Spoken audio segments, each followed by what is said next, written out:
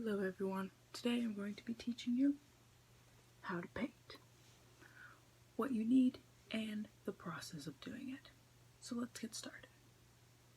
So the things you need. First, you need a safe space to be able to paint freely and to feel comfortable. Next, you're going to need a sketchbook or a piece of paper. As you can see, I have my own sketchbook, so you can draw your idea before you actually start painting. Next, you're going to need a pencil to actually draw that drawing on that piece of paper. You are also going to need something to paint on. There's cardboard you can paint on, which is just straight, smooth cardboard. There are canvases you can paint on that are attached to cardboard. And then there's also canvases with wood. Or you can make your own, but that's a bit more difficult. Now that we have our sketchbook, a pencil, and a canvas, now we're going to need paintbrushes. There are basically 3 kinds of paintbrushes.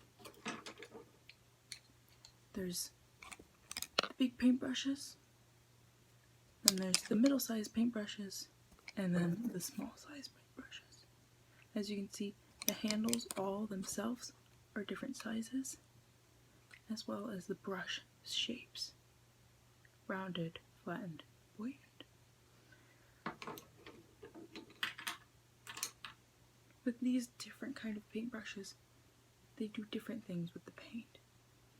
The bigger you are, you want for larger spaces. The smaller you get with the paintbrushes, the more detail goes into it. There's paintbrushes that have synthetic, so they're all smooth and easy to maneuver. There's also paintbrushes with animal hair, like pig's hair. They're much more stiffer and react and pull the paint differently. Next, you're going to need some paint. There's many brands out there. You can always choose which ones you want, but the colors mainly go for the primary: the red, the blue, and the yellow. With these in mind, you can make green, purple, and orange.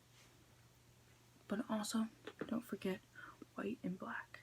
Those are also needed to make shades and tones. There's many different brands, but the ones I have is Winsor & Newton, as well as Basics.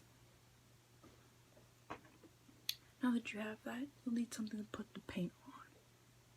There's these things. You can hold your paint. You only hold a certain amount, obviously, but you could also use a paper plate or a piece of wood. Doesn't really matter. You also need a cup for water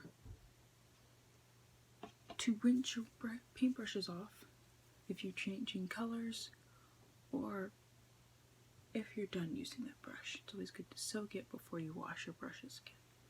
And finally, you'll need either a napkin or a towel to get the excess paint off, as well as the excess water. The sprucecrafts.com is a site where you learn to do painting.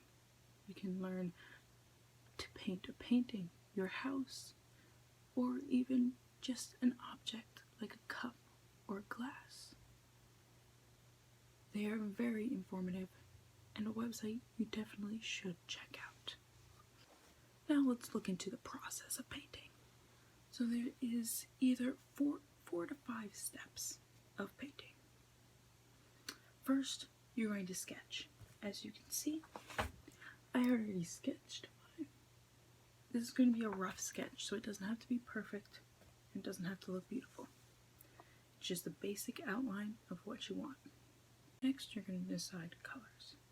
So what colors do you want it to be? If you haven't decided, you can always start painting and see how it goes. Remember, painting is experimental.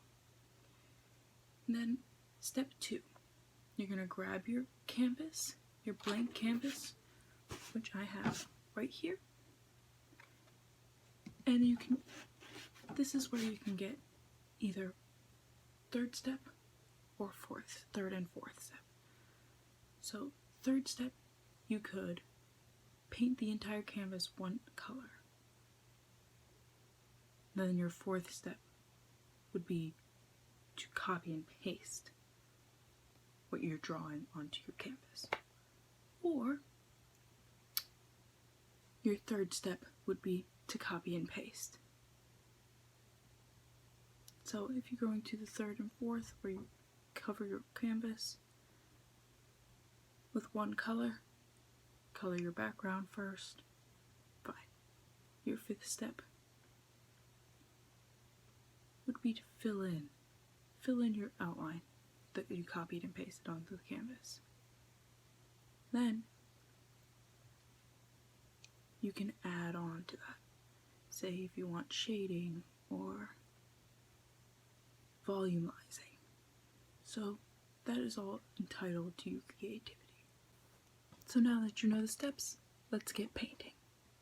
As you can see, so I'm going to just wait for that to dry.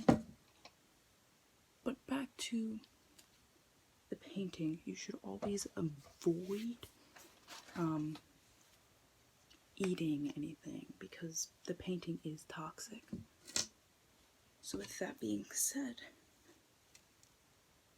I'm going to do a little painting for you. But as you finish the outline of the painting,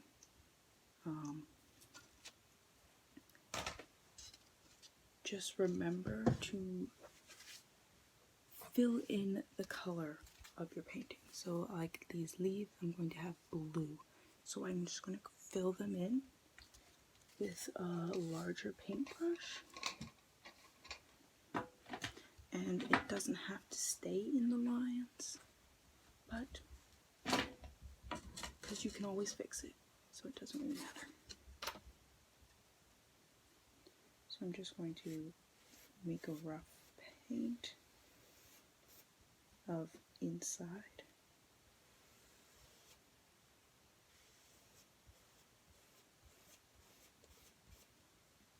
So they're not going to be perfect, but I'm going to have the basic idea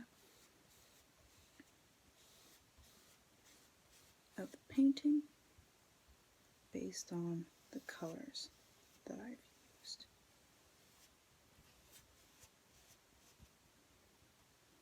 So